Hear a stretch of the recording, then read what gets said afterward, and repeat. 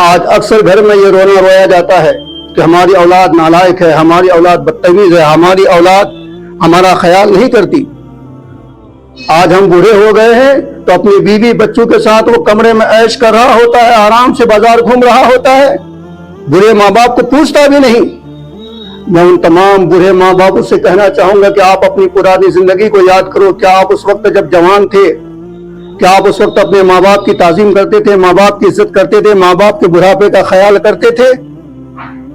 اگر ماں باپ کی عزت کیے ہوتے، ماں باپ کی تعظیم کیے ہوتے، ماں باپ کے بڑھاپے کا خیال کیے ہوتے، ماں باپ کی دل سے خدمت کیے ہوتے تو آج آپ کی اولاد آپ کی ضرور خدمت کرتی، آپ کا کہنا ضرور مانتی۔ آج آپ کی اولاد اگر آپ کا کہنا نہیں مانتی ہے، آپ کی باتیں نہیں مانتی ہے، آپ کی تعظیم نہیں کرتی ہے، آپ کی عزت نہیں کرتی ہے، تو آپ نے جو عمل کیا ہے اسی کی سزا آج آپ کو مل رہی ہے۔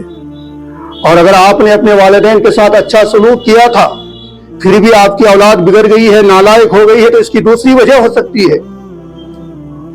ایک اللہ کے بہت بڑے ولی تھے، ان کے 4 بیٹے تھے، ایک بیٹا نالائق ہو گیا تو ایک دن اپنی محترمہ کو بلا کر، اپنی بیوی کو بلا کر انہوں نے پوچھا کہ محترمہ یہ بتاؤ کہ ہم نے آج تک تو کبھی والا حرام کا کھایا بھی نہیں، پھر بھی اولاد ہماری بدتمیز ہو گئی، نالائق ہو گئی، اس کی وجہ کیا ہے؟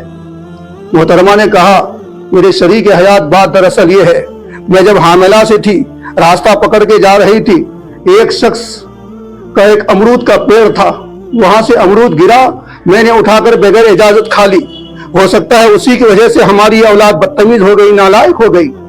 حاضرین کرام آپ سمجھ سکتے ہیں کہ ایک امرود بغیر اجازت کھا لینے کی وجہ سے اولاد بگڑ سکتی ہے، اولاد نالائق ہو سکتی ہے۔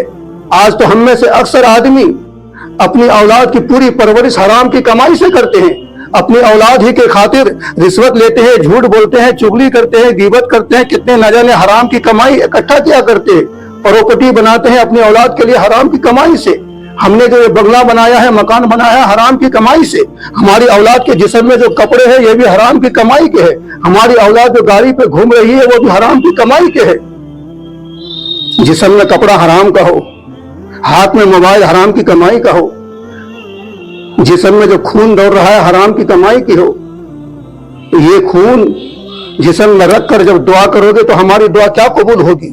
یہ اولاد ہمارے ساتھ کیا وفاداری کرے گی؟ میرے بھائیوں، اگر آپ یہ چاہتے ہو کہ اولاد ہماری عزت کرے، اولاد ہماری تعظیم کرے، تو آپ ایک عمل ضرور کر لینا کہ اپنے والدین کی عزت کرو، اپنے والدین کی تعظیم کرو، اور اپنے اولاد کی پرورش حلال کی کمائی سے کیا کرو۔ رسول اکرم نے فرمایا کوئی بھی شخص حرام کا ایک لقمہ کھاتا ہے تو اس کی کوئی بھی نماز 40 دن تک قبول نہیں ہوتی ہے۔ آج ہم کہتے ہیں کہ ہم نماز بھی پڑھتے ہیں لیکن ہماری دعا قبول نہیں ہوتی۔ ذرا سوچو تو صحیح کہ نماز پڑھنے کے لیے جو آئے ہو وہ جسم میں لباس کون سا ہے؟